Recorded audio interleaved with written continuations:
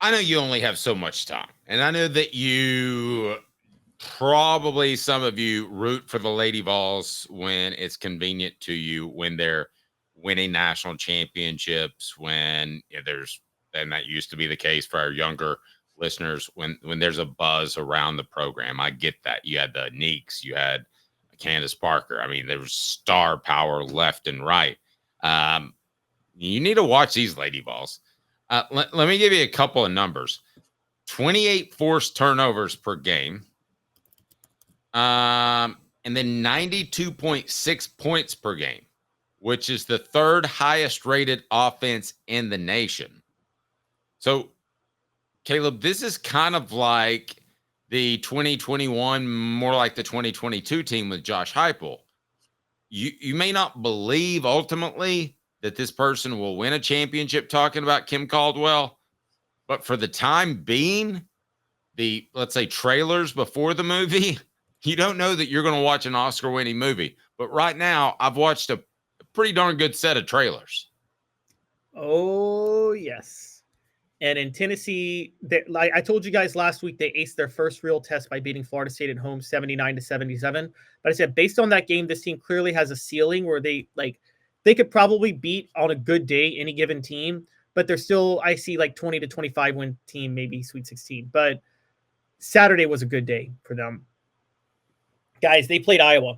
Iowa was number 17 and undefeated. Now, this is not Caitlin Clark's Iowa. This is not the Iowa that made it to the national title game, but they're still a good team. That's a good program. And Tennessee bum rushed them, beat them 78-68. Guess how many turnovers Iowa had in the game, Dave? How many turnovers Tennessee? I'm going to go with 39. No, not that high. It was 30. But guess how many steals Tennessee had? I'm going to go with 14 and a half, and I'll take the over. Yes, 18. They had 18 steals in this game. They were incredible. Alyssa Latham had 3 steals. Ruby Whitehorn had 3 steals. Talasia Cooper had 2 steals. Kanaya Boyd had 2 steals. Tess Darby had 3 steals. Now, here's what really stands out, Dave. I told you they didn't go for shooters this year, so they were going to be vulnerable at times because of that. So they went 7 of 29 from 3. But here's the interesting thing about that. They made Iowa go 3 of 14 from 3, and it didn't matter because the truth is the combination, like I've told you guys this in the past with how Kim Caldwell builds her teams. At the smaller level, she went for athleticism and shooting. That was it. At this level, the first thing John Adams asked her, the very first question John Adams asked her on the first day that made her go viral because she said, I wouldn't be here if I didn't think this could work. John Adams brought up the level of play at the SEC and said, do you think your style can work? What he was really asking was, are you going to be able to get the size that you need to compete in the SEC with the athleticism and the shooting? And Kim Caldwell said, I wouldn't be here if I didn't think I could. Well, Kim Caldwell in the offseason was limited on what she could get on the talent. So what did she focus on? Athleticism, like at the lower levels, and then size. She sacrificed shooting. Her philosophy was, I need the shooting to be great long-term. But if I can create controlled chaos, I can still win enough games now and then recruit what I need later. That's what beat Iowa on Saturday. Iowa was, I mean, Dave, you really hate to like go all stereotypical, but just think what you think when you think Iowa and Tennessee was just ridiculously, wildly too athletic for them to hang. And so they turned this, they upped the tempo. Wait, they went crazy. Did you just use a Caucasian stereotype? Is that what you did? I mean, you hate to go there, but it's like, yes, Tennessee was way too athletic for Iowa to hang with them. Way too athletic. I don't know what's in Caleb's coffee this morning. He's throwing around those Caucasian stereotypes. Like definitely all daughters of coaches. They work extra hard. They're always there when the gym opens. They're always the last ones to leave. That's what blows me away about them. All the Caucasian stereotypes. I swear, I think there's a good chance that whenever you're watching this, Will Brooks is running around in a circle someplace on a football field just to try to get a little bit better. Just working in the gym, man.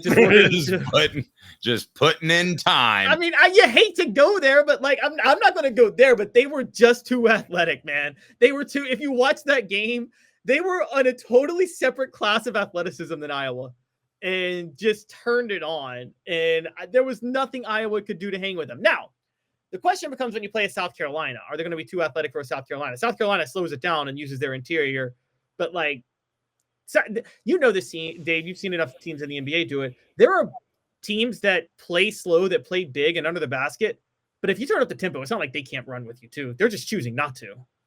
And I think that's going to be the difficulty with Tennessee is they do well when the game gets out of hand, but I think South Carolina has the players to hang with them. So how close do you think they are? Because if you come out at Tennessee and let's say you win 22 games and you make the Elite Eight, do you think that's reasonable with this team?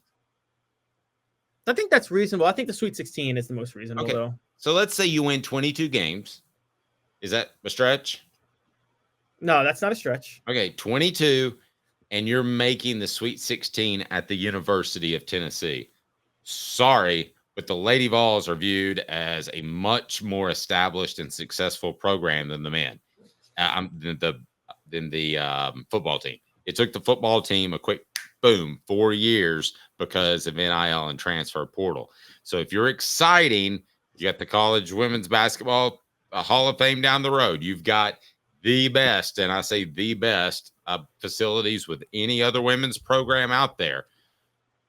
How quickly can Kim Caldwell win a national championship? Or at least, we all know the tournament is a lot of happenstance, but how quickly can she have them at a championship level where you look at the Lady Vols and you say, that's one of the teams that could win it if things break their way in March? Year 3.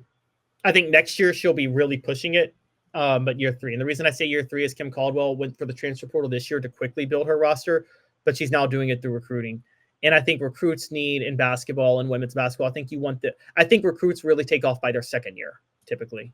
So I say year 3 is what it's going to happen after she gets her recruiting class in, and it's been in for a year. So I think next year, though, they will make a push. And by the way, someone brought this up. That is true, what you're saying. Iowa's coach in the game said, Dave, quote, she was lip red in the huddle saying it, said, they may be taller, jump higher, and are faster, but they're not better basketball players. You know, you don't win a lot of those games. I don't care how great you coach, but if you're shorter, slower, not as explosive, and not as fast, you typically don't win a lot of those games. Yeah, that is those like, oh my gosh, we play good fundamental ball. They're more athletic and they have all these things, but we play good solid fundamentals.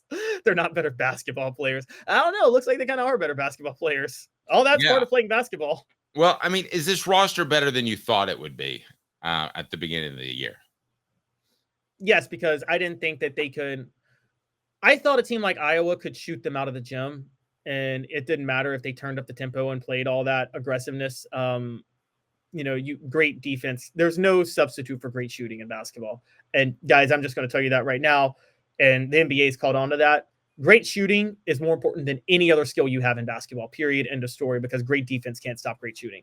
But so I thought Tennessee would be able to, I didn't think they'd be able to handle a team like Iowa, but they did. They aggressively played every passing lane, and Iowa couldn't even get a decent look from 3 on Saturday.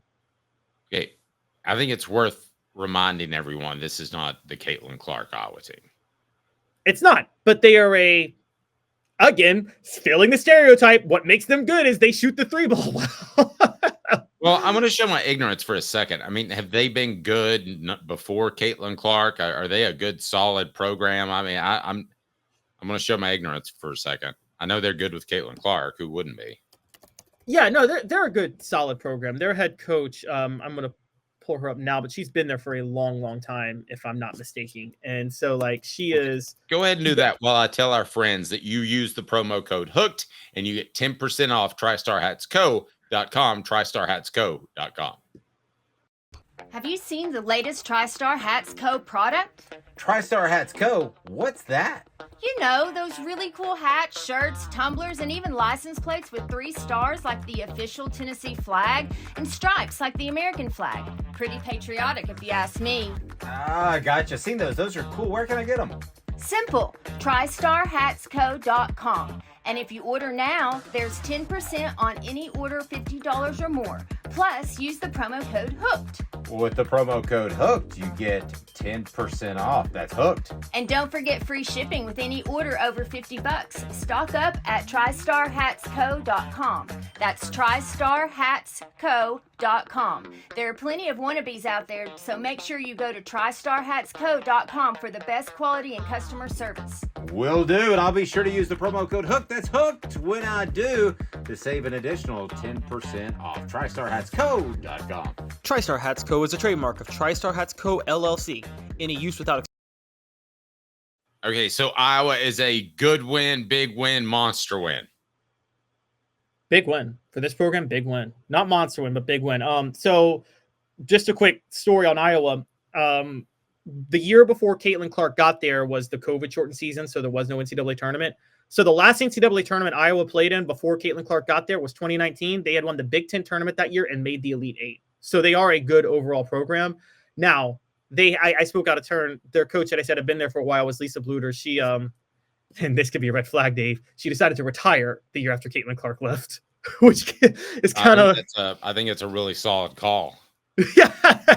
And so Jan Jensen is now leading the program, but Jan Jensen was undefeated, did have Iowa undefeated. And so I think that, and Jensen has been an assistant. She's been an assistant at Iowa since Bluter took over there in 2000. So she's like a long time coach there. It was a perfect transition. So this is still a really good program. And so for Tennessee to get this win, Kim Caldwell's first year, speaks a lot given where they were. And again, like I told you guys, they weren't a bad team last year, but I think getting rid of Kelly Harper shows that Danny White is prioritizing that he wants the Lady Vols to go way beyond just being a good program. And also, it was a money move. You got to keep energy in that program.